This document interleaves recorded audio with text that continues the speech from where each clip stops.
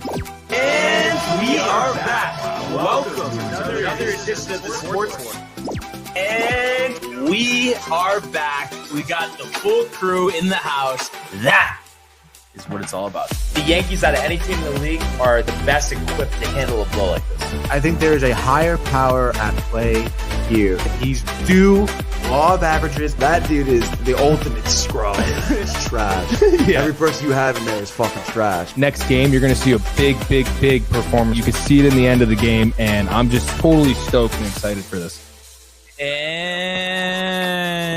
we are back. Welcome to another edition of the Sportsport here on a Monday. Barnes and Tony once again. What's going on, man? Not much, dude. It's great to be back here, obviously, in studio. Happy Father's Day to everyone out there. Every father out there, I guess, not everyone. But yeah, had a great weekend, dude. Obviously not a great weekend for New York baseball. But hey, I mean, there's a lot of big storylines out there that I'm excited to get to, Brian. Yeah. And I don't know about you. I mean, at the end of the day, it's the same thing. You know, both teams getting swept, but it's just like, of course it sucks. Of course there's no reason for it. And of course we'll talk about it, but I just feel like it's just like, you know what I mean? It's just not one of those things where it's worth like, just like, you know, I guess throwing in the towel, it's over. No. You know what I mean? But you do get like, you listen to some of these callers and stuff, and it's just like, I don't know. I guess it's like an interesting stat that I did find, though. I don't know if you saw this, but I guess it's the last four. And I know the Mets, this wasn't the case, but like still kind of the same thing applies. But the last four World Series champs have been swept by a division rival. Is that right? Yeah. So but basically what I'm saying is just like, even if you win the World Series, you have a stretch where you're terrible. Oh, yeah. Yankees in the, late 90s, early 2000s, that would happen all the time. 9 wins in September. Right. So it just happens, but it just, us as fans, it's tough. And I think it's easier for the players to deal with because they know how long of a season is, but just us as fans, just looking at it very simplistically, it just feels like, there's no reason for it to happen. Right? Yeah, I totally agree. And to your point too before, I mean, to hear, some of these other people talk about it, like on ESPN radio, hitting the panic button and stuff. Yeah. It's just, it is like take it easy. Did you hear that caller? Because I heard it right before I went up. And he's like, is it time to like press the panic button? That's why you said that? Wait, but is it time to get Christoph? Get Christoph with Carlin. So yeah, that it is tough, but I was just Matt was texting me and I was just saying, listen, I mean, it's like just one game at a time, have to win tonight, change the narrative and you just go from there. And I know that'll be the case. But believe me, like no one has a tougher time with it than me. That's for sure. It just like, and he was even saying the analogy I use all the time about just like, not feeling 100% until the game like tonight is over. Yeah. Like, you know what I mean? And it's like, we all share that feeling. So we will definitely talk about that. And then of course, what a U.S. Open at Oakmont as well. JJ Spaun, the big putt on 18. I mean, that was just a tremendous performance through the rain. We'll talk about that as well, but ridiculous. Tons of comments.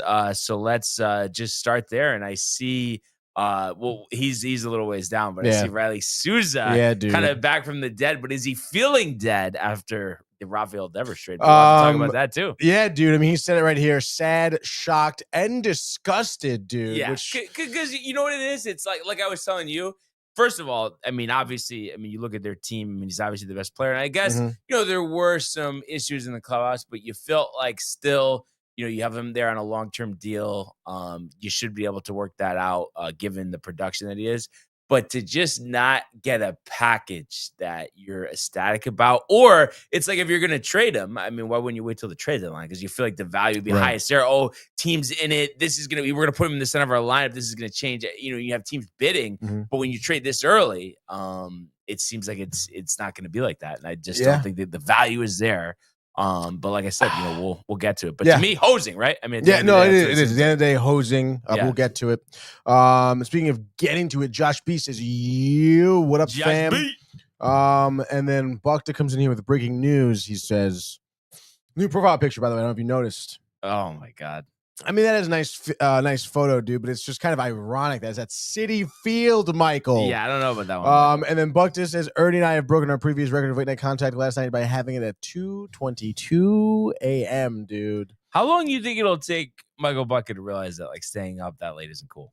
It's coming. I think it's coming because he's already talking about how he has sleep schedule is not good. Like, is he? It's not funny, dude. Well, like, yeah. you know What the hell, Michael? Yeah. Like, go to bed, dude. Yeah. Like, you It's need your sleep, dude. it It's not doesn't- sustainable. It's not Yeah. sustainable. No, it's not. Nope. And then let's see, dude. California conversations, the beers. Ernie saying, babes. yeah. Ernie. And then Ernie says, tell them what his response was, Bukta. And then Bukta says, Ernie's response to me was, I cheer for you and hope you got laid, Bukta. Josh be getting a kick out of that, dude.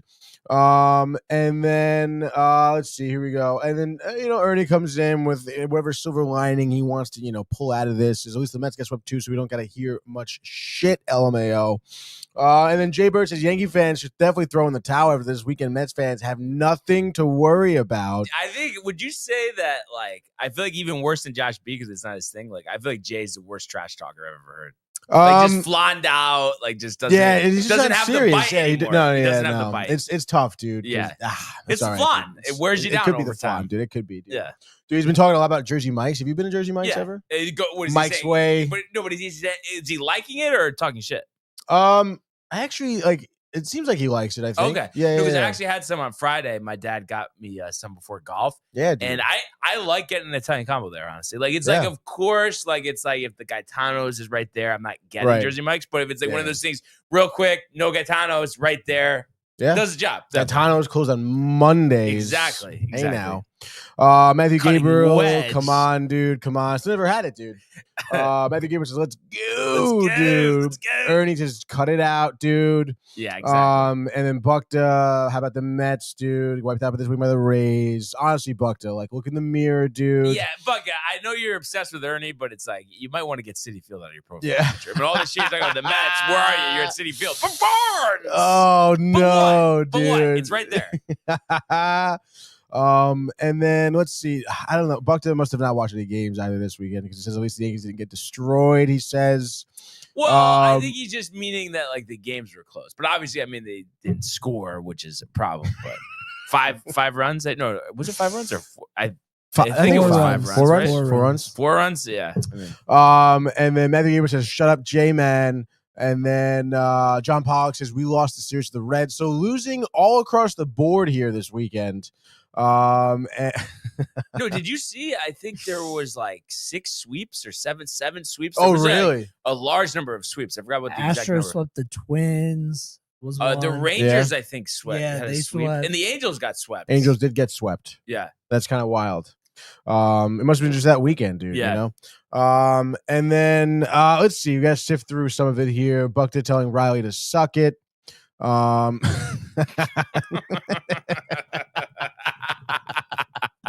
Stupid. And then here we go. Kev Deuce, let's go. We want to smoke. Both New York baseball teams sucked. BBOD this weekend, he says. And then Jimmy Bukta, honestly, you might as well have Citi Field in your profile picture too. At least we get swept at home, and at least we have it close. He says, and which is just like, come on, it didn't do me any justice. And to me, it's like kind of like a all right, but like still, that doesn't like change. Like you got to hit, but like Girardi, who I actually really like. Do you like him on the broadcast? Yeah, I think he's very interesting. I think he makes a lot of good points, being a former manager and catcher. Yeah, but sometimes he rants a little too long. Yeah, and I think he might have said this a couple times, but basically he was saying like, oh, well, the way that they pitched this weekend, they're going to win most of those games, so not to be concerned, but it's just like, and like I said, I'm not concerned, it's more just annoying, but I don't know, it just didn't do it any justice, like saying that. It's like, well, like we still want to score, we still want to win. Yeah. We didn't, so I mean, we're not going to be thinking about, wow, we pitched so well. Mhm. That's great, right? Like, yeah, exactly. Yeah. you know? So why are these guys thinking, oh wow, like the Mets lost too? Like, Yeah. that's sick, dude. Yeah. Well, I mean, come on, that's ridiculous. And then wow, look at Jimmy Bukta coming in here. Says go lose at Madden, Kev, dude. Wow. What a throwback, dude. Yeah. And then Ernie says, damn, Jimmy with the shots, LMAO, dude. And that's pretty much it. I don't understand why Buck is talking about ghosts. Is that a ghost I hear? Oh, because I don't think does he not? Because he doesn't see Danny. Yeah, okay, yeah. Gotcha. Yeah, Michael. And then what did Ernie say? Oh, Jimmy with the shots. Yeah, Jimmy with the shots. Okay, LMAO, dude. There we go. Yeah, there we go. That was the first night I met Jimmy. Was that night? Dude. Yes, me too. Yeah. But a lot to get to. And I'm just thinking about this because I'm sure it's something good. And as always, a little hungry right now. You're talking about dinner last night at Staten Island Staple or no? Oh yeah. Yes, dude. A staple. Nonetheless, dude. I can't believe the name of it is escaping me right now. I'm not gonna lie, dude. Do I really have to look this up? Oh, that's my bad. God, Italian dude. restaurant? Yeah, dude. Great Italian restaurant too. What the hell is Basilio Inn, dude.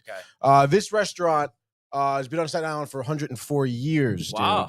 dude. It is this guy's house. I think maybe third generation now. Okay. Dude, brother, house. At the very end of Staten Island towards Brooklyn, like right underneath the bridge over there, sort of deal.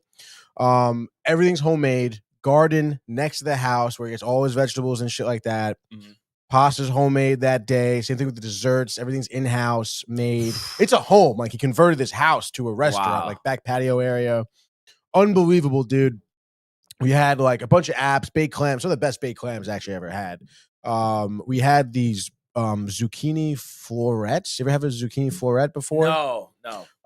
He was explaining it to us because he's saying, he just picked the zucchinis like at 9:00 this morning. And you can only, to get the florets, you can only like pick them between the hours of like 8 and 10 or something, just until like once the sun's kind of coming up, because then the zucchini's like closed and it won't be kind of like it's floret, but it's like tempura fried with ricotta cheese. It was so good, dude. Wow. And then I had pappardelle in a tomato sauce with goat cheese and a chicken cutlet on the side, dude.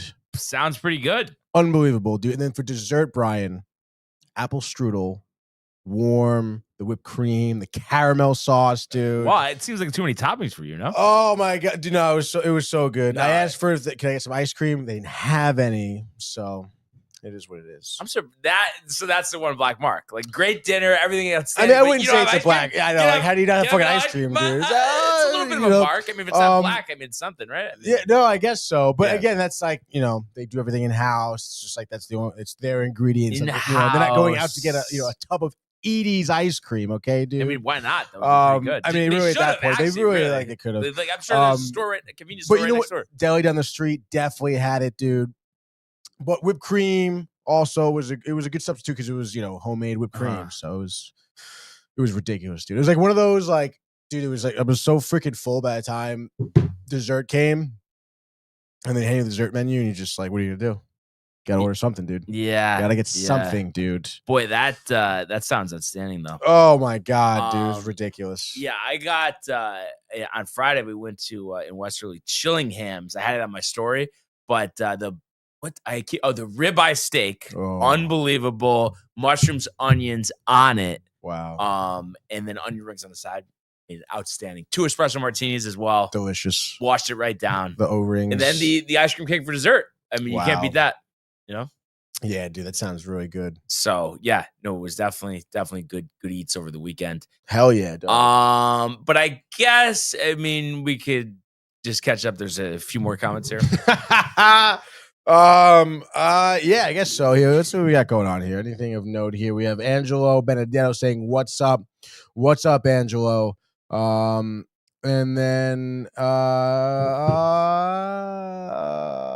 let's see what we got going on here. I guess Everyday Mets here says that was a Diddy party gone wrong. The Red Sox treated Yankees like a 3-day VIP free for all, no rules, no baby oil, and just straight clapping. He says, and prefer this is gonna be the last comment that I ever respond to. So you can keep talking to yourself, and until you accept a StreamYard link and call in and actually show your face, I'm not going to comment on this. So you can talk to yourself all day. So nice. And then Ernie, I don't know if I really should be saying this, but he says, in the Rays pulled a Cosby on the Mets, quick pill, then effed you the whole weekend slowly while you were passed out on a plastic covered couch. I mean, clearly, wasn't a good weekend. No Uber home, he says, dude. Was that supposed to be like? No, I don't think so. I don't think so. I that's what I thought of, honestly. Jimmy's laughing. Bucks is having a good time with Ernie there. They're gonna have more late night contact on his birthday, August 17th. By the way, is Bucks' birthday. If anyone wants to know. And then, oh, wow, dude. How about this? A couple shots at Brian here. I don't know if we should trust the food critic because they swear by Connecticut pizza. I mean, literally, Jersey pizza's trash. Ernie says facts, Kev. About as trash as the Raiders, okay? Oh. That would be my comparison for Jersey pizza. no, but bro. Oh, anyway. Dude, when I got home on Saturday night, late, sliced the pizza out of the fridge, heated it up, dude. Where was so it from? Good. It's from Justino's Sicilian pepperoni. Nice. So Sicilian good, pepperoni. dude. I don't think I've had that. Really? No. Oh my God, dude, ridiculous. But yeah, I love how too that they have the sign in New York City now that like Connecticut's the #1 pizza capital. That's great, honestly. That really. I Wait, mean, what? It's just, you never saw this? There's a banner in your, I don't know where it is, but it's saying that like move over New York, Connecticut's the pizza capital of the country, or what? I'm not saying in New York. Yeah, there's a banner. I'm surprised you haven't seen that. I've seen the sign when I'm coming into Connecticut. No, but this is actually in New York City. They like got a billboard or banner. Really? Yeah. That's so like honestly, it's honestly disgraceful. No, like, I think it's great because it's really true. I mean, it's not true though. Like it's honestly like you have to run around and say that you're the best. No, like you're not the best. I want to like you're not. Like, you have to do that. You're not the best. Is because first of all, New York always says they're the best. So I mean, because they are, dude. It's been. No. But if you have to do that, you're not the best. No, but we don't go around parading other states. Self-proclaimed, just like the Mets broadcasting booth. Same thing. First of all, that's also just factually correct. Awards every year. 15,000 people, dude. 15,000 awards, dude. Awards. Yes, the awards, dude. Self-praise. The awards. There's honestly nothing like self-praise, but I honestly can't wait till you try the sausage pizza Jenny's. I'm telling you, like even you, Tony, like you're gonna have nothing to say. Like it's that, like you can eat the whole large. I'm not saying that there's not good pizza here. Yeah, no, but pizza capital, my ass. No, okay, dude. Yes. Because you know why that's wrong. Just like the Mets announcing team is because you haven't tried it. So how could you say that? I haven't tried Jenny's. I haven't tried Jenny's. Right? How could you know that it's not better if you haven't tried it? Track record. But track record, every place is different. That's like yeah, but it's like I'm saying like track record from people like do Pepe's this, Pepe's that. I mean, New Haven this. I feel like I never said Pepe's this, Pepe's that. No, not you. I'm just saying in general as me outside of Connecticut. Yeah. I come to Connecticut. Oh, Pepe's the clam and the R and the mashed potato and the bacon from the bar, and it's just like all this nonsense, and it's just like none of it's lived up to any of the hype. Pepe sucks. Okay, no, but you also are too in particular too because you don't like toppings. But then somehow pepperoni on a Sicilian piece is okay though. But pepperoni you want everything cheese is a classic pizza topping. Like I'm not, like. Yeah, but mashed potato bacon is not, dude. Like clam pie, like no, like shove it up your clam. I feel like you don't like clams. That's a problem. I do enjoy clams. I just had best baked clams of my life this weekend. I have never heard you Sunday. I had baked clams on Sunday yesterday. Yeah, what was that? Your season debut with the clams? No, it's not, dude. If I go to a place with good clams, I have them. All right. Fucking hungry, dude. God, dude. Let's go to Andros, get the Clams Casino, dude. Oh man. What? Anything else? That looks like Jay Bird doesn't like the Jersey pizza schmack talk. Says S my C. And then Ernie says Connecticut pizza is comparable to hitting your shin on a scooter, unnecessary and unwanted. And then you're right, dude. Ernie says Jersey pizza is top tier, and I will. He says. Barnes, Mets fans like to move the line, LMA. I don't know what you mean by that, Ernie. But I will say I've had some great pizza from Jersey. And I don't know. I mean, I feel like, on average, pizzerias are better over there. What do you think, Daddy? I mean, you're not from Connecticut, so like no. What was your experience with pizza coming to Connecticut? I feel like in Bridgeport, all the places are really bad, and I'm not driving out to New Haven to go to wait for a half hour plus for pizza when I'm home. There's a pizza place literally like down the road from my house, and that's pretty good. So I'm like, the debate about Connecticut pizza, it's little brother type behavior. You have to tell people that you're better. You're compensating. Yeah, no, definitely, dude. You know what was the weirdest thing to me? Like when I came to Connecticut, I slowly realized that like most pizzerias don't do pizzas by the slice, like slices. Yeah, it's like a very New York thing, and like that's weird. I know, like so odd because I mean, like the whole a great thing about pizza, you can just go in, get a slice, and then you can be walking around with a slice of pizza, like and then that's it. You know, like it's street food. But whatever, dude. I'll never really understand it. Connecticut people swear by the pizza. I once had someone tell me that Frank Pepe's was the first pizzeria in America, and they believe that, dude. Which like is wrong, like is way wrong. But in any case, whatever. We have some more comments here. Jay Burt says Barnes hated that comment. He hated it so much he walked out of the room. Actually, dude, threw the chair on the floor. Dude, really can't handle it. Obviously. Let's see, dude. Kev Dew is getting pretty upset with the Buckta family here. Better chill out just because your state pizza is rated under Alpo dog food. Which is pretty funny. And then yep. Ernie says facts, Danny. It's because if you sold slices, nobody would buy the pies, kind of forced to eat it. No question mark. Yeah, it's actually a really good idea. Good point there, Ernie. Buckta, loving it. Ernie, we know. Brian, back in the room. That was actually crazy.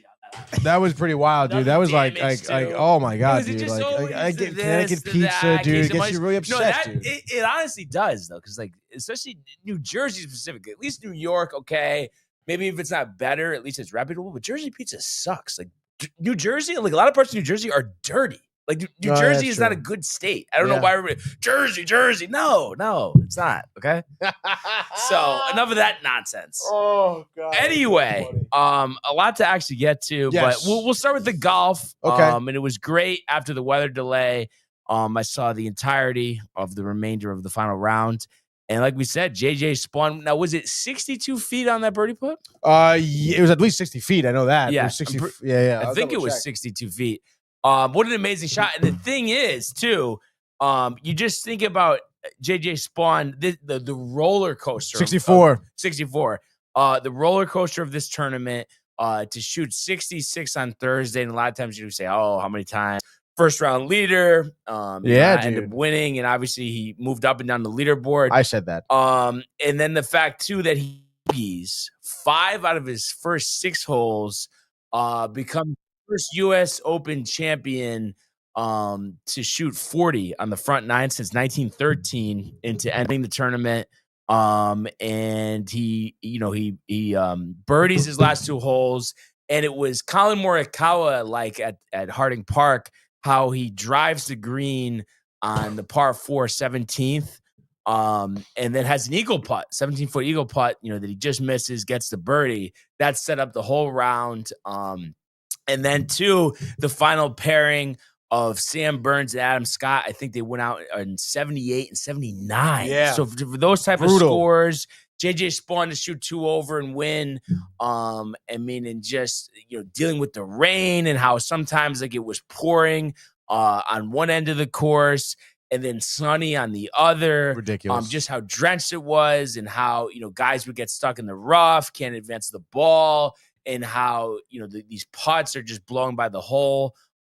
It was unbelievable, honestly. I mean, really, I really would say in all seriousness, Tony, a fascinating tournament at the U.S. Open at Oakmont. And I think what makes it so special is that, you have it one there, every 9 years, 10 years, 15 years. And I think that's what makes it even, more special. Yeah, dude. And it's kind of crazy to me. I mean, I feel like the past 2 U.S. Opens have been like one of the like wilder tournaments I've ever seen around the PGA, which is pretty like it's really entertaining, obviously. And this course was so ridiculously difficult all weekend long. I mean, even when the days it was nice for the start of the tournament. I mean, dude, the rough. I mean, it's like, I don't know, an inch above your ankle is this grass. And you're looking at guys that I don't even know how they can see their own golf ball in this rough. Right. And for the rough to be so accessible at any point, dude, and it's like the greens were ridiculous. And to see some of the lines that golfers had to play, where they were maybe playing some like backspin on their ball, chipping onto the green. But it's like if they miss their chip, if they underhit their ball by a foot, it rolls back off the green. And if they overshoot their chip, then it's off the back end of the green and it's in the rough. And it's just like, it just seemed like that with optimal conditions and weather for the course for this tournament, you would have to be literally at your top tier golf in order to win this one. And to throw in the weather, obviously, threw everyone for a whirl. And they made for some really intense golf, dude. I mean, you saw some of this course down on Sunday. I mean, guys are hitting in puddles in the fairway, you know? Yeah. So it was really crazy, dude. Unreal. And how they were rolling the water off the course, too. Oh, my God. That was kind of interesting. Oh, I got the putt pulled up if you want to take a look at it, yeah. dude. Well, why not, dude? Let's get the call. It was here, reminiscent of the Nick Taylor putt at the Canadian Open.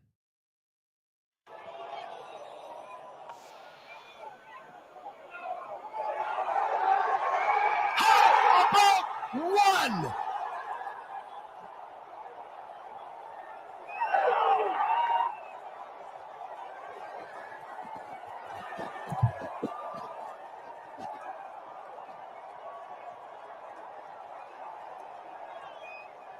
What a cozy. The call was all right. What do you think of the call? It's not Nance. I'm No, it's sure not Nance. Michael Bucket would say, "Oh, it's not even worth watching because Nance was on the call, right?" You Ruin think, the like, tournament. Ruin the Ruin tournament. the tournament, dude. Can't watch it ever again, dude. Do you think the announcer maybe should have said more? No, honestly, I loved Yeah. it. I watched it Yeah. live. I thought it was great.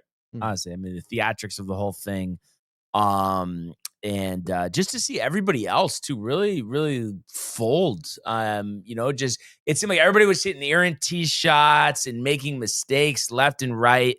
And you had, I think, a 5-way tie at one point with a couple holes left to play. And how that putt too, a 64-foot putt makes it that only one golfer finishes under par for the week. I mean, I know a lot of people were talking about even par, could be over par. I think about Cabrera back in 2007. Crazy. I mean, just unreal. And how do you think, for the fan, what do you think about making it this hard? Do you feel like it's good that, this tournament's there, like I said, only every 9 to 15 years, or do you think, like, do you want to see more of that? Do you think it's a perfect amount? I mean, do you enjoy seeing these golfers like humbled by how hard a course is? Yeah, dude. I mean, I really do. I know there was a lot of talk about how like a tournament like this isn't good for the sport of golf. It's not good for the sport of golf. I don't know. I think that's kind of ridiculous. Like, it doesn't have to be like I drive for, over 300 yards and like, I'm making ridiculous putts, or it's, optimal conditions for me to watch this thing. First of all, I'm sitting on my couch watching this thing. Okay. It could be a torrential downpour. All right. Like I really don't care about that. But honestly, the fact that, the product from the weather, from the circumstances, from the course, like it created a really hard tournament for these golfers. So, I mean, I don't know. I've really enjoyed seeing the golfers not necessarily struggle. Like, I'm like, oh, this is sick that they suck. But like to navigate this course, which is really hard, and to watch people who are the best golfers in the world to do it, I thought it made for a great tournament. And obviously, the product on the course was a very exciting finish. So, I mean, if you're, 3 over or, 19 under par, like what's the difference? It was still really competitive for the situation they were in, and it made for a great Sunday. So, yeah. And speaking of how hard this course, not only for this tournament, but always is, take a guess. So, there's been 1,540 rounds at Oakmont, in the 10 U.S. Opens. Take a guess how many golfers have finished under par. Like for the so golfers have played the tournament. One round. Oh, the whole tournament. Yeah, have finished under par. But there's been 1,540 rounds, or 1,500 people finishing, so making the cut the weekend. Take a guess of those. How many have finished under par at Oakmont? Is it less than half of that? Come on. I mean, it's not even close to half. Really? Are we talking like 100 people? It's less. Really? Is it 8 now? No. But it's 28, which is That's crazy. ridiculous. So less than 2%. That's wild. Yeah. So JD loves his trivia questions. I'll have to send him that one. Yeah, everybody dude, who's that's a really listening good now will be exempt from answering it later. 1,500 rounds. Yeah, 1,500 rounds, 28 golfers. I mean, if I golfed there 1,500 times, I don't think I'd be making it once, dude. It would be just to see. But the thing is, though, we would be so, like, talking about Christoph. Like, you think you wouldn't even want to finish at a certain point? Because, like, you're just in the rough, and then you're getting 9 on every hole, right? I mean, are we talking, like, is it like 4 hours goes by? And I'm like, 4 only hours. on I think it 12? would take us 6 hours for the round, 7 hours, maybe. Dude. Yeah. So that's crazy. That's absolutely crazy. And what a story for JJ Spaun. First career major, only second career win. on the PGA Tour, 34 years old. Came so close a few times this year. Obviously, the thing that stands out is that Players Championship playoff with Rory. The previous, I think, 6 majors were all multiple-time major winners. So to get here, JJ Spaun, a first-time major winner, I mean, definitely a good story. That's for sure. I see a bunch of other comments here. Anything serious or Cav just offended about his Raiders and stinky jersey? Or yeah, a lot of it is like some knocks at you about the jersey pizza stuff here. Ernie saying Connecticut's clean ? Maybe Bridgeport LMAO, dude. Actually, I mean, Connecticut is it the wealthiest state in the country or one of the, right? I mean, I know it's up there. I don't know. Do you know? Yeah, it's definitely up there. It might be the most. I'm pretty sure it has like the biggest like the low. It has like one of the lowest like floors for salary and the highest ceilings for salary. Yeah, it has the largest gap. Gap. I'm sure that's what somebody I'm like for. Ernie who hasn't been to Connecticut that much, I'm sure that's fine. Like he doesn't know, but I mean Fairfield County. I mean, just talk about like the quality of towns, living, restaurants. I mean, it's a hard mix to beat. That's for sure. Yeah, no, that is true. We got Patty in here, by the way. Patty says Jersey produced Ernie. We know what their top you know what tier else is another thing that's just so ridiculous? The whole That's a good pork roll thing. Like to be so obsessed with it. Like ham is not that good to begin with. Like give me a honey sliced ham. Fine. Other than that, I could never have ham there again. I would not care. Like to be so bad of shape about pork roll, Taylor ham. Like it's not good. Slimy. Ham is slimy. It's not a good product. Like what are we talking about? No, I understand where you're coming from because I think the craze is ridiculous. It is a it's little not ridiculous. That good. Like give me bacon too. Bacon is so much better. I don't need ham. What do we need ham? I mean, ham I enjoy ham. I really enjoy. I don't know, but would you like the honey baked the best or no? Honey baked ham, like a holiday ham, like a thick ham. Yeah, or do you want your? No, I love that ham actually. Yeah, exactly. Thick cut, like holiday ham, dude, with the glaze on it. That's dude. Ham, but not this Taylor ham nonsense. And not for nothing, it is like pork roll. Like that is what it is. I don't think what it is not that good.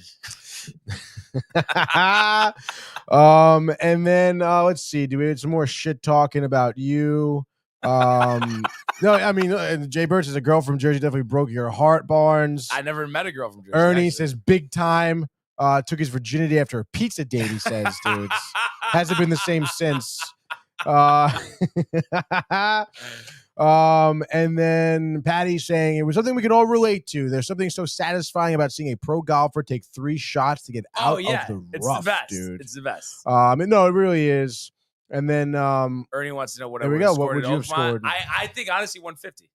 Honestly, and that might be conservative, but I would hope that I could break 150. Yeah, we would hope so, dude. Matthew Gabriel says there's no chance it lasts at that course more than 3 holes. We gotta get out of here, dude. I'm fucking hungry. Like this fucking sucks. And then it'd be, hey Tone, come here. Look at this driver I got. Then Don is saying good morning, dude. Always appreciative of Don. There we go. So I missed Don at the tailgate. Yes, but I think she's gonna be at the beach bash. So. No, I'm pretty sure she said that. Yeah. So let's go. But yeah, so I mean, great win for Spaun. Great story. Also, what was a great storyline, and he almost got into a playoff, was Bobby Mack. 7 shots back at the beginning of the round, finishes under par. One of the few golfers that were under par on Sunday. He finished his 2 shots back here. But a great, performance from him. And I'm his first eagle at the tournament ever. Yes. Yeah. So that was great to see. And also Victor Hovland, a lot of talk about how he's been, disappointing. He gets a solo third here. So I think that was a big, boost for his confidence. Consistent. We'll see, if it, portrays any success moving forward. And then Cam Young and Hatton, they hadn't been really at the top of too many leaderboards, but big for them to be finished 4th. Also, Carlos Ortiz, who I think his highest finish in a major was like 50 going into this. He had a chance to win. He finishes at +3, tied for 4th as well. Rahm with back-to-back strong performances. I think 2 top 10s at the PGA. And here at the U.S. Open. So he finished 67 yesterday for +4, tied with Scheffler +4. And then talk about disappointment. Sam Burns, who was 4 under par entering yesterday's final round, shot +8 in the final group to finish tied for 7th. Obviously, I think, might have been his best finish at a major, but of course, just a terrible way to finish. Ben Griffin's been hot recently. He finished tied for 10th with Russell Henley. Xander, not a top 10 at the U.S. Open for a change, but tied for 12th with Brooks Koepka, who had embarrassed himself the last couple of majors. So I'm sure he was, felt good about at least finishing in the top 12 here. He tied with Chris Kirk, Bezenhout, and Niergaard Peterson. Adam Scott, the 79 yesterday after being in the final pairing, tied for 12th. Rory sneaks in the top 20, +7, -3 yesterday, but very standoffish with the media. He just can't get over how they broke the story about how his driver failed a test at the PGA. It's ridiculous, honestly. It really is. It's just he completes the career Grand Slam. He should just be so grateful for that, and you would think driven for more, but it seems like the only thing he's driven for is retiring. You know what I mean? It's maybe the juices start flowing again for Royal Portrush because that's his home course. But I heard him in the presser talking about how he's excited to go back to England. He'll play the Scottish Open the week before as well. Wait, what up with his driver? It failed a test at the PGA, so he had to get a driver last second, I think day before or something. And I guess he's not comfortable. I don't know why it failed, what the criteria is, but that was the gist of the story. He didn't like that got out, and he's just been a mess since. Missed the cut at the Canadian Open, barely makes the cut here. But it's what's he crying about? He finally completes the career Grand Slam. Like I said, it's just he's in a good spot right now. Could win a second major of the season at Royal Portrush. But yet it seems like he's just, I don't know. I think it's just kind of odd. The papers are coming? No, I don't think so. It's probably agreement though. The agreement. Oh, the agreement. See other people. The agreement. So yeah, that's really the story of this tournament. By the way, I think you're digging yourself a little hole with this jersey thing. The jersey thing, dude. Yeah, Donnelly. Did I just hear Barnes didn't like the Taylor ham? But why do I have to like ham? Why is it? It's like your guys' child or something. It's to take ownership over a processed food. It's really ridiculous, right, Tony? No, I do agree, dude. It's spam, is it not? It's not good for you. It's not good for you, right? Be good for you. Come on. And she will be at the bash, by the way. Yeah. So obviously we're around for that. Taylor ham. Bring the Taylor ham, Donna. I wonder if Michael K's ever tried Taylor ham, dude. We'll have to ask him. Doubt it. I guess, yeah. So that was really it. Tomorrow will be 1 month until we get our final major of the season already. Major season always flies by. Like we said, Royal Portrush. That'll be July 17th. Yep. So really looking forward to that and who will win the last major of the season. Will it be Scotty Scheffler? And a lot of people were talking about too in the broadcast. If he had made some putts this week, he could have easily won this. But even with not having a great week, he still finishes in the top 10. But that's just what Scotty Scheffler does. But that being said, if we could go, Tony, to the world of Major League Baseball.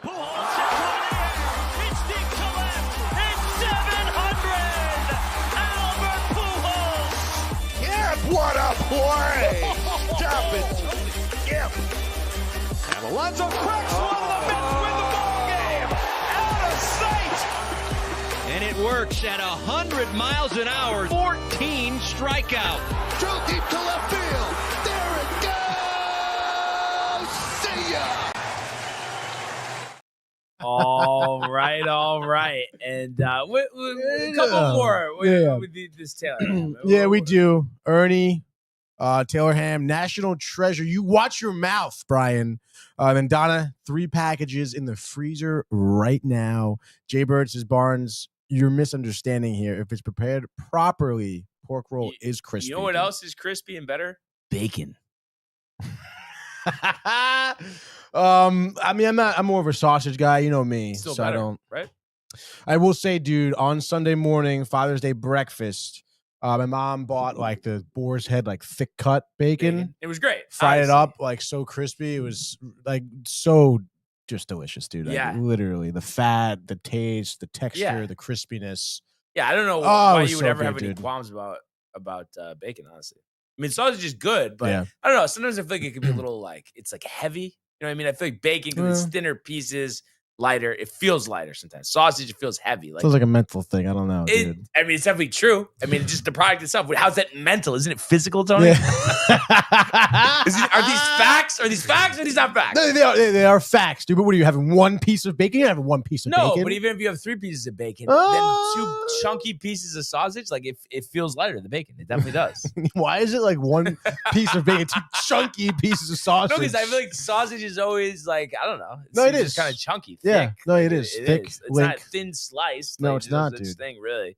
What was there one more? Sausage patties rule, Donna says. Sausage patties. Sausage Sausage patties are patties good, to me though seems like middle school cafeteria, honestly. Like a Mm. thin sausage patty, because that's like what they would serve. I mean, Like breakfast yeah. or lunch. Like, did you ever used to have that back in the day? Yeah, sometimes, dude. Yeah, or Sometimes. wait, that's a Connecticut thing, right, Tony? Well, they would. Yeah, well, I mean, Half days. I'm If trying to you were think, leaving dude. early, breakfast for lunch. but Breakfast I'm for trying to lunch. think of the breakfast at school, though. I'm pretty sure we had sausage links, though. Sausage I don't links. think we had the patties at school. Yeah, ours were circular patties. Yeah, we had patties. But like I said, I love the sausage pizza at Jenny's that I keep recommending, and that is the crumbled little pieces. And Ooh, I think do that's like that, dude. perfect. Like, why do you need thick pieces, like huge pieces? It's like having a thick chicken cutlet. It just doesn't make sense. We gotta go to we gotta try this place. Yeah. Jenny's. Is it like a sit down in there? Because I Yes, think sit down in there. It was takeout forever, and then remember I was saying they Mhm. made that whole bar area. This is what it looks like relatively. Yeah. All right, dude. Jenny's. The cheese. There's just something about the cheese. I don't know. Have It- you it- ever had Jenny's? No, I'm No. not. It looks like a New Haven style esque. But when you taste the cheese and the sausage, I'm just gonna be really interested in what you say. But it's so good that even you can't be critical about it. Tony. I just know it. I know it. But I can see you like looking for something. But I'm not I think you'll be looking for anything, dude. Looking, and there will be nothing. Oh, it's just there. them. They seem Yep. happy. Ribbon cutting. New dining room and bar expansion. Very Yeah, nice. there we go. There we go. um, And what is Ernie saying? he not said what that's she's- not what she said. I don't know. I think because we were saying thick sausage or something. I don't know. I think he was trying to. Yeah, he loves stuff Yeah. like that. Oh wow, dude! Crumbled sausages for children with chewing issues. He says. I don't know about that. I've noted pizzerias that have like the little chunk crumble sausage. Yeah, it's not bad. Yeah, and no, it's definitely crumble. But yeah, they're just under the flavor. I don't know. You have to try it to know. All right, dude. And yeah, so baseball. Obviously, like we said, bad weekend, both teams. Getting swept. But obviously the big news after the games yesterday, Devers traded to the Giants. And really, we alluded to it in the open, but just seemed like such a weak trade package. 2 prospects, Jordan Hicks, Kyle Harrison. It really just screamed desperation, and it really, really reminded me of the Mookie Betts trade, which the Red Sox got, Connor Wong and Alex Verdugo and Jeter Downs. It really felt like that type of trade. And obviously, I mean, I think it's 31 homers Devers has hit against the Yankees. Definitely not going to miss him in the slightest. So great for us. And I could only imagine how Red Sox fans feel. Because it just feels like you're just giving up, a Hall of Fame player, and you're getting pennies on the dollar. And I believe somebody has something to say. Yeah, we got a Red Sox fan on the line right now, dude. Good morning. What's your name? What do you want to talk about, dude? Good morning. Good morning. The day after the funeral, Riley. Yeah, this is sad. This is a sad day. Maybe the most angry I've been in a while. Just knowing, I don't think other teams can relate when you trade 2 franchise players in a six-year span. It's just like a feeling that you don't feel as a sports fan a lot. Like 2 franchise players are gone, traded, face the franchise. Yeah, I mean, it's obviously it's a tough day, and my whole thing, and I don't know how you feel about this.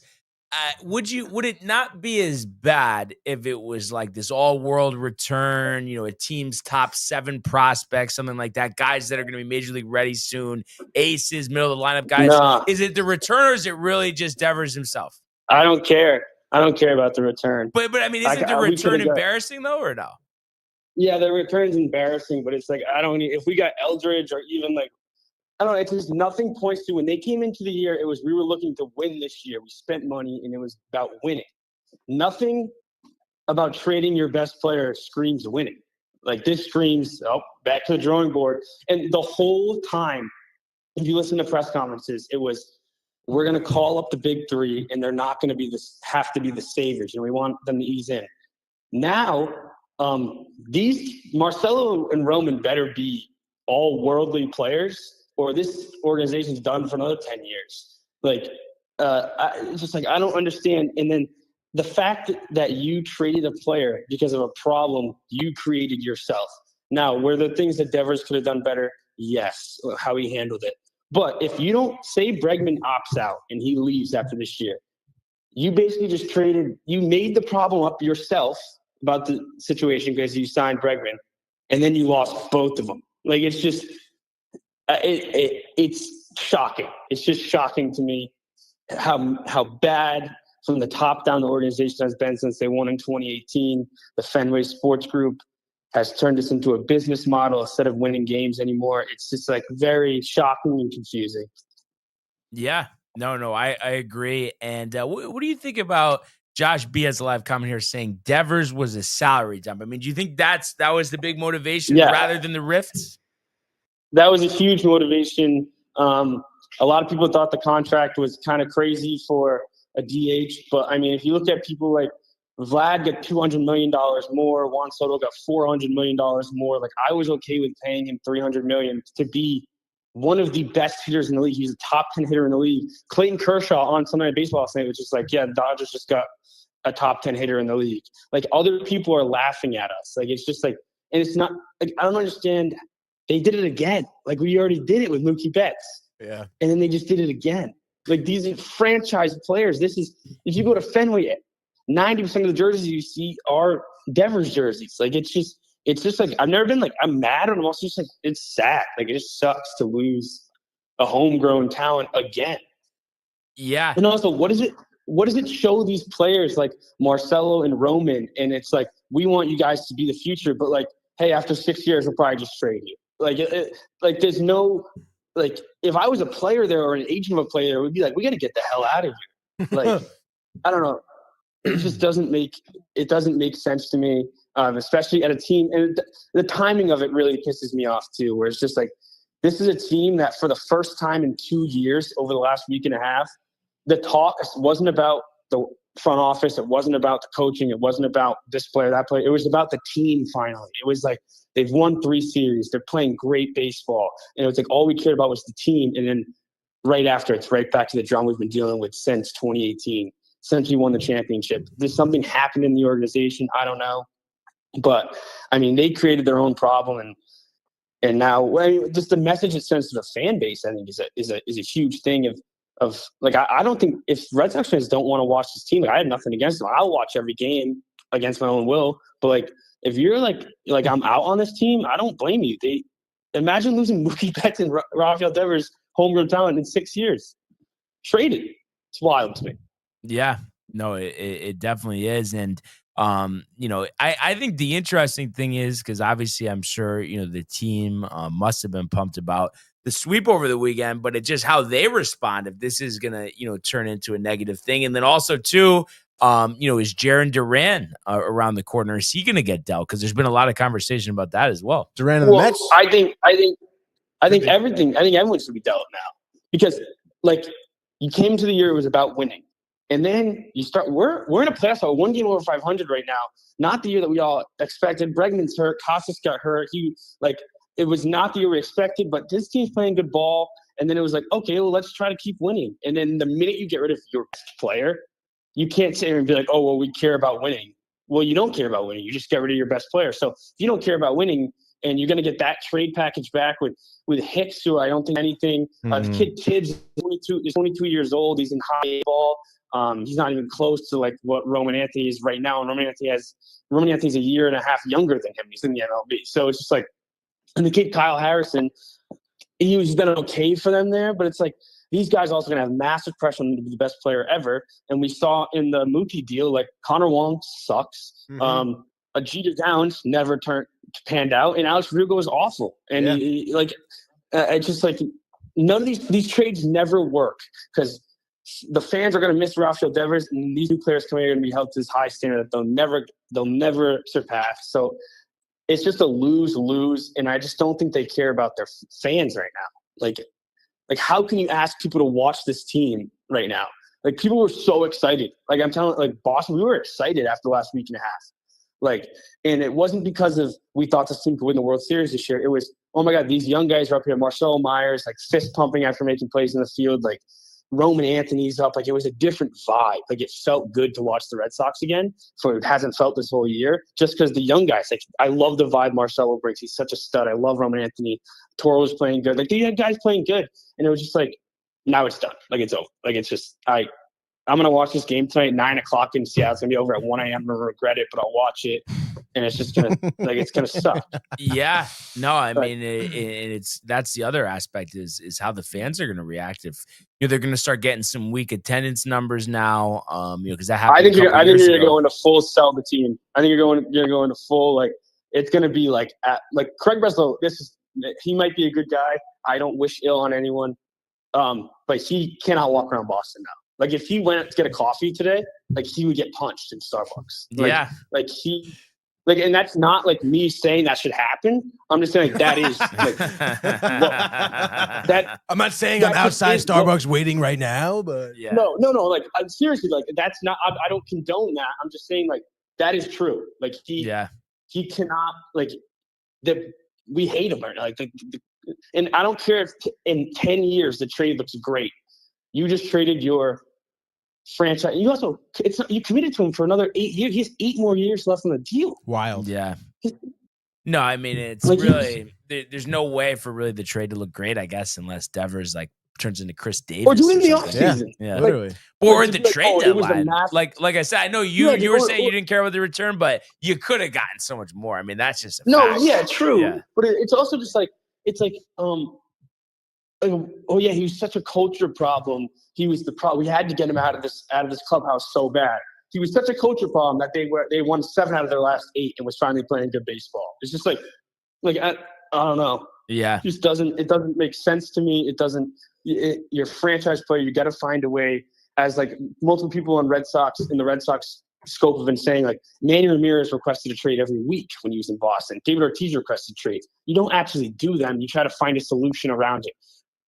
Rafael Devers was the guy. Like he was the guy he was also the last person from the 2018 team, the last team that won a championship here, that had the championship DNA. He was the last person from that roster. And it's like, now you just completely get rid of it. And my biggest thing, I love the young guys. I love Roman. I love Marcelo. Now you just put pressure on them tenfold. Like now it's like, you guys better be good. You guys better be Red Sox Hall of Famers, because Rafael Devers was that guy. Like every record that came up, it was like youngest Red Sox player to have this home runs. Devers. And it's like, traded him in June. I don't like, I'm just honestly just sad. Like it just sucks. Like no other fan base I think understands what trading your best player twice feels like. Like we did it twice. Yeah, no, it's definitely bad. And it's going to be interesting to see, just what the response is.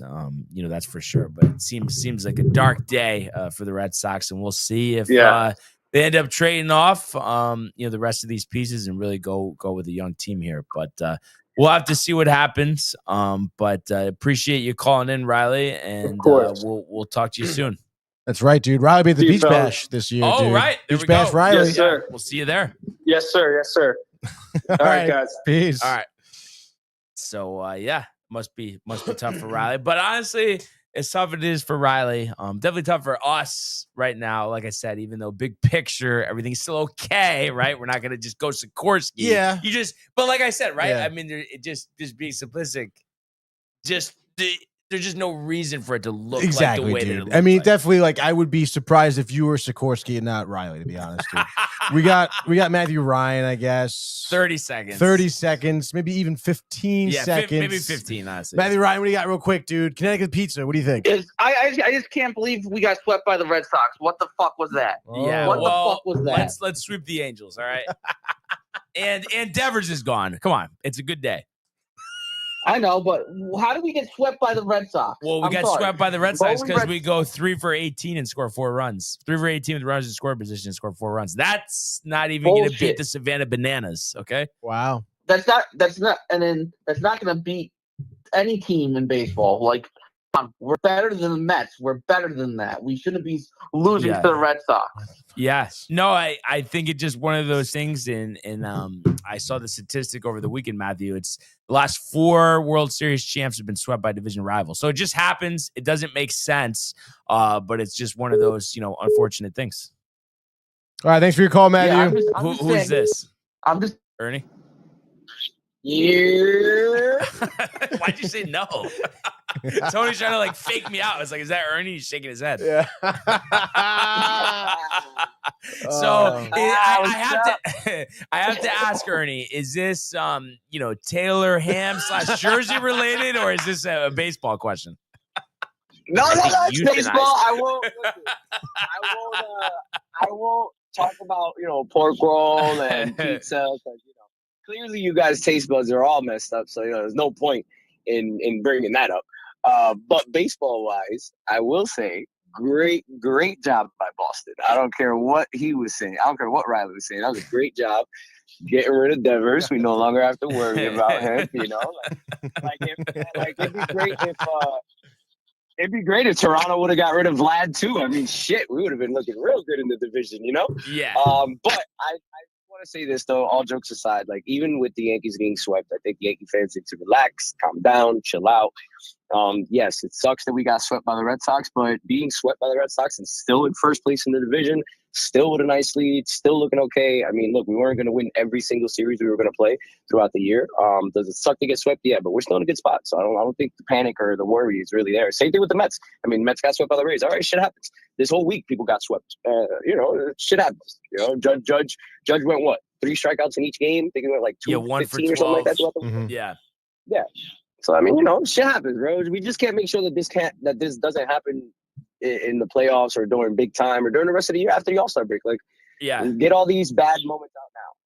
Yeah. No, and I think the key is, you want to come back with a vengeance tonight and score 5 in the first. And it's like, we know that they can do that, but that was, I think, the most frustrating thing. It's not just getting swept, but the fact that you're scoring 4 runs in 3 games. And it was the first time all season that they had scored less than 3 runs in 3 straight games as well. Well, we'll get Giancarlo back.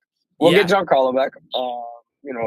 Things will start to look a little better. I think it was just a lapsing moment, bro. It happens. Shit happens. Yeah. And I was saying too in the group chat, I just think there wasn't any adjustments made against the pitching, what the Red Sox were doing. And it seemed like every time we got runners on, we're grounding the double plays. And I had to agree with I think you were saying you've been saying all along that you're done with Volpe. It's a couple of big spots again over the last couple of days. And what do you know? Double plays, errors. I know he had that one nice double play termed. But yeah, no, you're right. It does feel like that. And it is a shame. It's just it sucks because we really did push the go button on Volpe, and it's and hindsight being 2020, you get frustrated because it's we could have had Gunnar Henderson, right? You get what I'm saying? It's just damn, all right, we pulled the go on him, and this is what we're getting, and it's frustrating because the stats are so misleading. Yes, he might be leading whatever category he's leading in, but I'm pretty sure he's leading in runners left on base. Yeah. How many times do we have either bases loaded, man on second and third, man on first and second, and it's an out, 1 out. Maybe you get him over, maybe you move over, maybe a single brings in the guy from second, seeing a little dribble. But no, he grounds into a double play. He strikes out on balls that are 4 inches off the plate. It's just it's getting to a point where you just have to kind of see it as all right, you bring up Lombard, we're in too good of a position to just allow this to continue to happen. And what scares me is that Boone will let it. Like Right. Boone will fucking ride him until the end of the season, and then at the end of the year when he costs you a game in the World Series, now it's like, oh, well, we'll figure out what we're gonna do next year. No, bro, get rid of him now. Trade No, that but you right don't now. think he's looking real good out there? He's taking some good swings. He's close. That doesn't mean shit. It doesn't. Boone will say that. Like, he's getting there, more double plays and all. Shut up. Yeah. Right?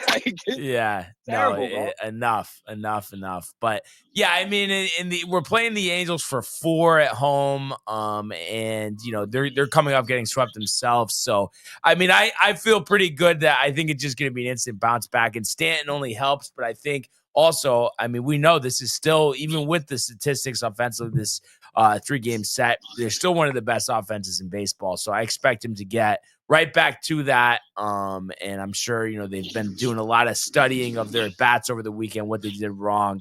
And you're going to see a completely different offensive team starting tonight. I strongly believe that.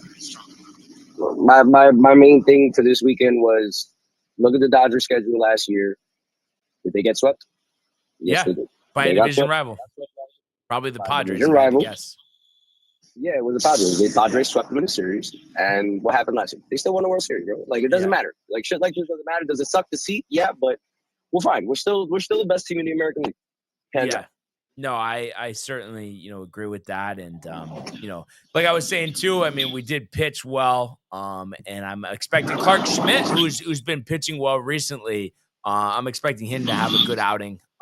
There might be some prop bet in play for him tonight, maybe, right? Strikeouts or something, right? 4 strikeouts. Yeah. Seems like easy money for sure. Yeah, it does. Yeah, definitely. Especially the Angels. Like the Angels are like, don't get me wrong, Angels aren't a horrible team. Like not anymore, at least. Like they still they got a couple pieces. They got Nito, Ohapi. They do have some good pieces. So Adele's been on fire recently. Yeah, like don't sleep on them. Right. But at the same time, like you said, the better team should prevail. We should be fine. Yeah, exactly. So Series win is all that matters. Yeah, 3 out of 4, but a 4 is in play, I think, honestly. It could be because we're at home. But at the same time, like the Angels aren't as bad for me to think we'll sweep. I mean, do I think it could be a 3-1? Absolutely. But I don't think we'll sweep. I think it's probably an 8-game in there. Maybe when Warren pitches, they'll smack him around. Yarbrough starting to human again. Maybe they smack him around. But I think 1 game we should take care of it. Yeah, and also too, our nemesis Yusel Kikuchki just pitched yesterday, so he's not going to pitch in this series. So that is definitely a good thing as well. So that's what I feel good about. I know their offense is good, but I think our offense is better, and we can hit their pitching. Nobody on that team pitching wise scares me. I know Tyler Anderson pitched well last time against us, but he's a guy thrown in the high 80s. I mean, you wait for that fastball. I mean, it's gone. So I feel good about that. I just think out on the highway. Okay, let's see what let's see what we do at third base there. Definitely have to. Now that, because like I told you in the group chat, my little pipe dream is gone of us possibly getting Devers at the trade deadline. We know Peraza sucks. Yeah, Peraza's bad already. Like, I feel like at this point, a lot of questions that we had should be answered. Like, all right, we need a third baseman. We need Volpe out of short. And we need a solid like utility infielder that'll replace Peraza, Yeah. And no, I'm sure we'll be active, and I'm sure we'll get a reliever at the deadline as well. So, but that's what worries me though. I don't think we'll be as active. Like, when were we really active at the trade deadline? Yeah, I mean, I guess we just got Jazz in advance of the trade deadline last year. Got Mark Leiter in advance of the trade deadline, or at the trade deadline, I forget. But no, I think it'll be something like that. 2-3 moves.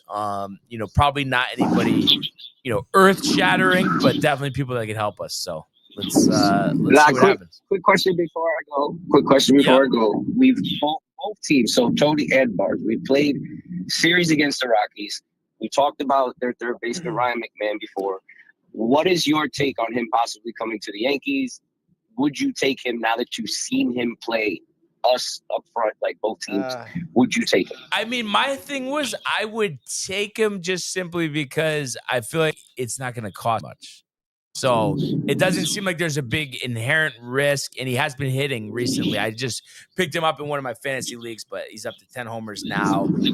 So, if we're giving up Peraza, Vivas, and, Hedrick or whatever, some like those type of guys, I'm all for it, right? I mean, there'll be a 40-man roster crunch at some point. So yeah, I mean, if it's for nothing, I mean, I can see this guy maybe being in Yankee Stadium and being hyped. Yeah. But I mean, I don't know. I mean, I'm not like banking on this guy. I mean, but I would say he's probably going to produce better than what Ernie, what the hell are you LeMahieu doing? Or Peraza. Like, are we taking a convertible for the test drive? Like, are the windows down? My windows are closed, dude. This is the rent-a-car. This fucking the courtesy car, dude. The casting the accident on Friday. Like, this is this is unreal. Yeah, I forgot about that. And I have my Beats headphones on, so like, this car is loud. Like, we're blaming it on the rental. Yeah. I think. But yeah, so we'll see what happens. But like I said, I think that would be a no risk move. So let's start with tonight. Get the W. Great call, Ernie. And I'll talk to you guys later, man. All right. See ya. The great Ern Dini. They say anything of note in the comments? Matthew Gabriel, should we revisit Arenado? I think you're gonna have to give up more for him, though. Well, I think it depends with the salary, but even with the salary, we want the long-term commitment of the salary. So I would say if it's the best of both worlds, again, if we're not giving up much and then we don't have to pay all the salary, sure. But if it was a full contract, I think that's something that's just going to be DJ LeMahieu 2.0. So if that's the case, then no. So it would just have to be the perfect storm in order for that to happen. And I don't know if this is just like a fur on a burner again, because if it is, like, I think it is almost just because he wants to like be like covert, covert. So we can read his comments since he thinks 99/22 says, so what fan base podcast I mean, obviously is this? we're talking about the whole majors. It was a big trade, so that's why we're talking about it. Riley fans, that's why he called in. So. It's so funny to me. 99/22 says that Red Sox fans think they're better off without Devers. I think the vast majority probably disagree with that. Yeah, I don't know. I haven't met one yet. Yeah. And he says Roman Anthony won't be Rafael Devers. Roman Empire and his .65 batting average won't replace Devers. Devers is the best lefty on lefty hitter in all MLB. And you trade him, laughing emojis. And then he says the Yankees win. Thanks for tuning in right now, 99/22. And Josh B. riled for Riley at the Beach Bash. Josh B. Yes, riled. Patty does say no Savannah Banana slander. One thing I'll say about this, and I don't know if I've said it already, but I'm going to say it again anyway. I understand like the kid engagement part of it, but other than that, like, get that shit off my screen. I don't want to hear about it. I can't take it seriously. It's a disgrace to baseball. Okay. Wow. But for kids, fine. Let people with kids, I understand that, but just get it out of my face, please. And then he also says, what is being better than the Mets have to do with Matthew Ryan? I mean, he's head's on straight, but we already know that. And then Josh talking about Detroit, they're dangerous. Yeah, but we can beat them. Obviously we're playing our game. I'll take them head on twice on Sunday. Matthew was saying, who is this guy? To 99/22. And then we'll see, covert. Dude. Voice scrambler. And Matthew says, I think it could be a Goldschmidt situation for Arenado, where it comes on a good team and like revives. I said, I don't want to be paying him whatever it is, $20 million the next couple of years. Like, if we're paying him 10, I guess, but it seems a little risky. And then if we are going to pay him 10 to 15, whatever the next couple of years, then I definitely don't want to give up shit. Like, you want to take Peraza, go ahead. I don't know. I'm trying to think because I remember like when Arenado left the Rockies, like it was like not a good situation with him with the team, right? Like there was kind of some animosity. Who was there? Was Ron Black their manager? I think at the time for the Rockies. Bud Black. Yeah. They had like a pretty significant like falling out. Those two. I think so. Yeah. So like I don't know, man. Like things when I see that and then Arenado gets traded, big contract doesn't really do great, even though obviously the defense is there, but the bat, whatever. Yeah. I don't know if you think he will revive his career, like no matter if it's the Yankees or not, even if he stays with the Cards or goes somewhere else. You know what it is? We want that guy in Colorado, but we're not going to get that guy. Right? Right. It's Chris Bryant. Yeah. Maybe better, but still. And then what's Ernie talking about me being a blast? Barnes would be a blast at parties, dude. And it's just God. And he says the bananas are good for baseball. No. And like I said, but I think people have a different perspective with kids, like Ernie. You know what I mean? I can see how that would be great for his kids, but it's just like in terms of like when you're putting that aside, it's like for like hardcore baseball fans, like do we want the bananas? I mean, like I don't see the fascination with it. Like I would really probably never really go or pay to go to a game. I don't know what the tickets are, but in any case, but I also I don't think it's okay. I don't hate it like you do, but I wouldn't say it's good for baseball though. Like it has nothing to do with baseball. Ironically the Harlem enough. Globetrotters. Yeah, exactly. If you like that type of thing, great. That's fine. But I just like the real product, something that's serious, not something that's a comedy show. That's right, dude. And Matthew Gabriel, Arenado, hothead for sure. Chris Bryant, wow, dude, fall on your face. And he says, definitely not pay for that, dude. We can't do that. And then Ernie agrees. Globetrotters for baseball. Yeah. And what are the Globetrotters? I mean, I've seen the Globetrotters once in my life. And the Washington Generals, the 150 losing streak. Yep. Ha. But anyway, so like I said, I mean, you got to hit. We didn't hit this weekend. The 3 for 18th runs in scoring position, 4 runs for the series. So that's all I can say about it. I mean, sure, Rodon wasn't great. The 4 runs, the 3 earned. But I know, we're just going to play a lot better baseball, and I feel good about Clark on the mound tonight. What's Patty saying? Almost reiterating what Ernie is saying here. I think the Bananas have brought more kids to baseball in the last 10 years than any single MLB player outside of Ohtani in Japan. I would say the Yankees have brought more kids than the Bananas. Come on, man. I will say MLB does a horrific job in appealing to youthful fan bases. I mean, they do a terrible job in doing that, dude. And what? The Yankees. The Yankees. What are you talking about? No, I was gonna say, like I remember being at MLB Network, and we were tasked with coming up with new ways or new segments for shows. And I mean, the rules the MLB have, that the owners have on the restrictions in terms of how, I guess, publicized the players are and the exposure they get outside of games, they weren't even allowed to come to the network, Brian. Like the network could not get Nolan Arenado in studio because the owners don't want them on TV. Well, what I would say, because I know there's some slander about, baseball, the Bananas thing. But let me just tell you, I went to my first Yankee game, 1998. If I was brought at that time to a Savannah Bananas game, I would have never watched another baseball game again. So that's all I'm going to say. Patty saying MLB worst marketable of players. Look how good Trout was for 10 years and half the country know who he was. But I think that's what it is. The owners don't want it. It's really a shame. It's a regional game. It's not a national game. That's why. And if the Angels were relevant, he would have been more marketable. But the fact that they're never in the playoffs, never in the World Series, what are you marketing? 70 wins? That's why the MLB is buying minority stakes in these content creation companies like John Boy, so that they can get this other access to the younger market. But like they're fucking up by not doing one on their own. Like they're not. I'm more than excited for John Boy. I mean, he's great, and to see him from when he first started and to see the success he's had on his podcast, now getting an actual deal with MLB Network or MLB, I should say, like that's awesome. That's that's like the dream that you can show kids and be like, you can do this, But see, I feel like that's so much better for the game. The Bananas, it's not like that's not the game, right? Like, so it's just like I know Ernie's saying cold take, but it's like I feel like too. Also, what was wrong with what I said though? Because it's like I'm just saying for someone like me, what would the Bananas do? Like, you know what I mean? It's not like there's no purpose for me. And I did say, did I not preface it, Tony, by saying for the kids that it's good? Yes. And that's it. But other than that, I don't want to hear about it. I don't want to see it. Like, get it off my screen.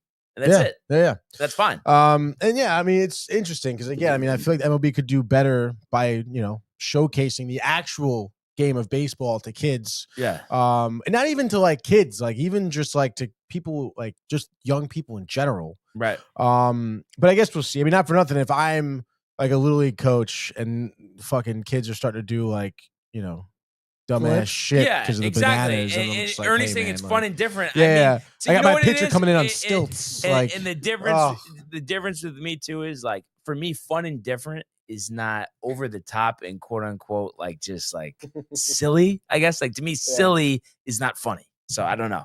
That's just me. What Patty say? Can Barnes spell bananas? I feel like he's a Gwen Stefani guy, dude. Patty with the one-liners here. And he goes, I guess I still love WWE. So what am I saying? Oh, well, All right. that's a fair point, dude. So that's that. Bananas suck at the end of the day. So real bananas and the Savannah bananas. You don't like bananas? It's like one of those things where banana bread, banana muffins, but bananas themselves, just not that good. Banana pudding? They're dry. Yeah, banana pudding. Sure. Smoothie? Banana like strawberry smoothie? I mean, chocolate banana, good. But without the chocolate. Vanilla banana, good. But just banana itself, not good. Wait, so like banana dipped in chocolate, you're okay? Yes. But banana by itself, no. I can go for a nice chocolate fountain right now, dude. That'd be sick. Yeah, that would be. With the strawberries and the pretzels. Yeah. And, oh, man, dude. But what do you say? Like That's I funny, said, Ernie. monkeys don't cramp. And then what was the other thing? Eat bananas? Eat bananas. You've seen that interview. I forget who the hell that interview was with. The guy from Toronto? Yeah. I don't know. Player? Yeah, player Yes, from pitcher. Toronto, Japanese player. Had a heavy accent. That's why the interview was funny, because he was saying how he left the game because of cramping, and he started eating bananas because monkeys don't It cramp. wasn't Kikuchi? No. This was gosh, Munenori Kawasaki. Kawasaki. There we go. I Dude. probably didn't know because it wasn't that funny, honestly. No, it's hilarious. This is what the shtick, Tony. You want me to This is pull it what I'm up? talking- no. Yeah, No, I figured don't you want didn't. pull it up. Savannah bananas, dude, is what it is. And then Ernie, you sent it to him. Maybe I had he'll to get hear to it. No, all right? no, there's just not time. There's no Are the time. picks There's no updated? time, Because dude. I saw you looking at the picks. No, Are the yeah, I picks was. I updated? updated the picks here, Okay, dude. what do we got? You, after going 2-4 on Friday, are 44-46. Yep. I went 4-2, 43-47. So you Okay, have a one dog fight. game lead. It's a dog fight. And then I dude. think I'm first, right? Yeah, I think so. All right. So let's strike up the music here. MLB 6-pack pick segment. The Hirsch bananas, Law dude. Firm snapping the 3-game losing streak. Yes, we're going to the Bronx. We already knew that. Yes, it's Clark Schmidt versus Joel Soriano. And I feel like I didn't say his first name right now. I actually have to look it up. It's going to bother me. But regardless of that, the Angels also just did get swept themselves. And it is Jose. Yes, Jose Soriano. 4-5, 3.86, not bad. But Clark Schmidt has been even better. 3-3, 3.60. Like I said, a really good start his last time out. It just seems like he's been trending in the right direction. Against Kansas City, only 2 hits, 3 walks, 7 strikeouts, no earned runs. Expecting something like that this time around. And the Yankee offense, I mean, like we said, 3 for 18 runners in scoring position over the weekend, 4 runs in 3 games, shutout yesterday. Bats coming, early and often in this game. I think the Yankees will hit the over themselves in this game, which is 8.5. But I say, Clark, the 6 innings, maybe 1 earned runs, 8 strikeouts, easily hitting that 4 for Ernie. Judge, definitely a home run after struggling over the weekend. And give me Wells and Chisholm, too. So a lot of prop bets in this one. But I think the Yankees win this game 9-4. So we're going to go Yankees in the over, losing streak over. Yankees in the over, losing streak over. Dude, these matchups I kind of hate tonight, not going to lie. Mets off, obviously. I think I'm going to take the game that Riley will be watching late night here, 9:40 p.m. T-Mobile Park. You have the Mariners taking on the Rafael Devers-less Red Sox here. Giolito towing the slab against one Logan Gilbert here. I guess I'll be taking the Mariners. Why not, dude? Giolito posting a 2-1 record, 5.45 ERA. Both teams have some win streaks going on. Seattle did sweep Cleveland over the weekend, outscoring them 17-5. Obviously, know about the Red Sox and their win streak here. I say it stops you tonight, though, on the road. I think Gilbert, listen, his ERA is obviously great and having a solid year. I say maybe he gives up a 2-run blast in the 6th. Other than that, he goes 7 innings, 2 earned runs. Giolito, 5 innings, 5 earned runs. At the end of the day, Mariners, Raleigh, Homer, 27th of the year. Why not? Mariners in the over. They win 9-2, dude. All right. I am going to go with the Red Hot Phillies. Really been up and down. Had lost, I think, 9 out of 10. But now all of a sudden, they've won 4 out of the 5, including their last 4, sweeping the Blue Jays, which was great. And the Marlins have actually won 4 out of 5, sweeping the Nationals. But I look at this, and I would say fool's gold with Sandy Alcantara, 7-1-4. Pitched great his last 2 outings, but I think the Phillies are set up to hammer him. And then the Phillies' top pitching prospect, Mick Abel, has had limited action here, but 1-0, 235. I think against Miami, their offense, I think he's able to shut them down. I think he strikes out 10 over 6 innings, and I think he only lets up 1 earned run. And I think the Phillies knock out Alcantara after 4. So I think the 1.5 is legal here as well. But give me the Phillies winning this game. I'm going to say 8-1. So we're going to go Phillies and the over. Phillies and the over. I mean, slim pick'em, so I guess I'll take it here. Let's go to L.A., dude. Dodgers, Ohtani, first start of the season here. First start in a long while. As the opener. Yes. Yeah, he's going to pitch like 1 or 2 innings. In any case, sorry dude. for the information. Was he not starting? No, but I think you didn't know. I think you're thinking, oh, yeah, he'll go 6 scoreless. And I didn't want you to say that. I think he's going 2 scoreless. Nice and easy, dude. Striking 2 out. immaculate innings? Yeah, that's right, dude. 2 innings scoreless. Yeah, he throws exactly 18 pitches. No. 2 scoreless innings. Obviously looking great. Bullpen, as we've seen the Dodgers do many a times here, holds it down. Padres off night offensively. Dylan Cease, I think, can put together a quality start, but I say Dodgers put maybe 3 on the board from Cease, maybe 2 more off the Padres bullpen. Dodgers win this game. I'm going to say 5-1. Dodgers in the under, dude.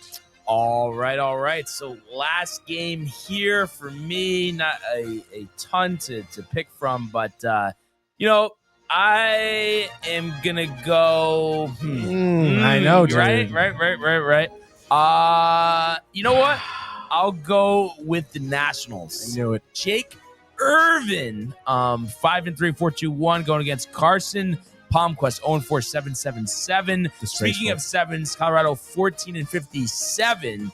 The Nationals 30-41, but did just get swept, and also have lost. It looks like 5 in a row here, and maybe even actually more. Now that I think about this, because I thought I heard this the other day, just to make sure the losing streak is 8 games. So that's a long losing streak, but they're snapping that tonight. James Wood is going to hit 2 home runs to give him 19 on the season. And I think Irvin, 6 innings, 2 earned. Nats win, let's say 5-2. So give me the Nationals in the under. Nationals under there. I guess we'll go to Sacramento, dude. The A's taking on the Stros. I was either that or go to Tampa Bay, but I don't know. No, thank you. Give me the Stros here. Lance McCullers Jr. here. Obviously, you know about his season so far, nursing some injury. ERA right now 4.91. His last starts, not great, dude. You could argue Pittsburgh 6 innings, 0 earned runs, nice, but Chicago 5 innings, 4 earned runs, 4 walks as well. He did pitch against the A's earlier this year, 6 innings, 3 earned runs. How about a dozen Ks against the A's? And he does reach double digits. I would say 10, though. Maybe not quite the dozen. So give me Stros. Over-under's 10.5. My goodness. Give me Stros in the under, to be honest. I say Astros win this one. Going here for the sweet. Oh, they had a 2-game set. Excuse me. No. I'm still taking under. Stros 7, A's 1. Astros in the under. Just like that. Just like that, Six-pack dude. MLB pick segment. All of that. Let's get some divious tonight. Yeah, and let's get the grid. The grid, dude. Immaculate grid. Bang. Yo. Music's still going. How Music's about still going and going. Law firm, dude. Let me share the share the screen, screen, bang, the like this that, and that. dude, and then bring it up here. All Not right. bad, dude. The war, though, our favorite. How about for the 40 career war for Tampa Bay? How about one that nobody's really thinking about? Jose Canseco. Jose Canseco, 40 career war for Tampa Bay.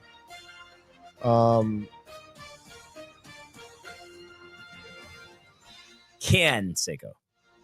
Is it? Oh, okay. Oh, I put an O, didn't I? I did. 5%. There we go, dudes. And then 10-win season. How about Chris Archer for Tampa? Oh, I like that one.